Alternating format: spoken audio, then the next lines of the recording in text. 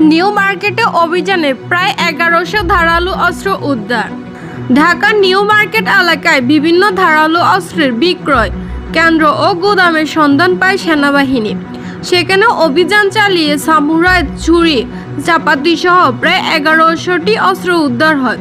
এসব অস্ত্রের বেশিরভাগই সাহসী কার্যক্রমে ব্যবহৃত হয়ে আসছিল। Suhrawardy medical college army camp থেকে শনিবার 9 আগস্ট জানানো হয়, সাম্প্রতিক সময়ে রাজধানীতে কিশোর গ্যাং ও ছিনতাইকারীদের কার্যক্রম বেড়ে গেছে। এর আগেও গ্রেপ্তারকৃত সন্ত্রাসীদের কাছ থেকে সামুরাই, ছুরিসহ বিভিন্ন ধারালো অস্ত্র উদ্ধার করা হয়েছিল, যা সংবাদ মাধ্যম ও সামাজিক যোগাযোগ মাধ্যমে ছড়িয়ে পড়ে। চলতি মাসে পাওয়া তথ্যের ভিত্তিতে জানা যায়, রাজধানীর কোনো একটি স্থান থেকে এইসব সামুরাই অস্ত্র সন্ত্রাসীদের কাছে ভাড়া ও বিক্রি করা হচ্ছে। পরে গ্রেপ্তার হওয়া কয়েকজন সন্ত্রাসী ও জিজ্ঞাসাবাদে এইসব তথ্য নিশ্চিত করে।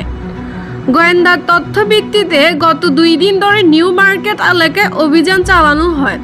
সেখানে বিভিন্ন দোকানের দেশীয় ধারালো অস্ত্র পাওয়া যায়, যেগুলোর কোনো গৃহস্থলী ব্যবহার নেই, বরং গত কয়েক মাসে এইসব অস্ত্র ব্যবহার করে একাধিক হত্যা, আহত, চাঁদাবাজি ও ছিনতাইয়ের ঘটনা ঘটছে। উদ্ধারকৃত অস্ত্রগুলো গোয়েন্দা পুলিশের কাছে হস্তান্তর করা হয়। পরবর্তীতে তারা যাচাই বাছাই শেষে আইনগত ব্যবস্থা নেবে।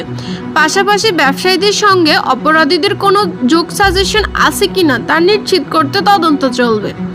ব্যবসায়ীদের প্রতি আহ্বান জানানো হয়েছে এই ধরনের ধারালো অস্ত্র বিক্রি না করতে। বর্তমান পরিস্থিতিতে এইসব অস্ত্র সন্ত্রাসীদের হাতে পৌঁছে সাধারণ মানুষ ক্ষতিগ্রস্ত হচ্ছে। সাধারণ জনগণকে অনুরোধ করা হয়েছে কিশোর গ্যাংয়ের দৌরাত্ম্যবোধে সহায়তা করতে এবং আশপাশ কোনো অবৈধ অস্ত্রের ব্যবসা দেখলে নিকটস্থ ক্যাম্পে খবর দিতে।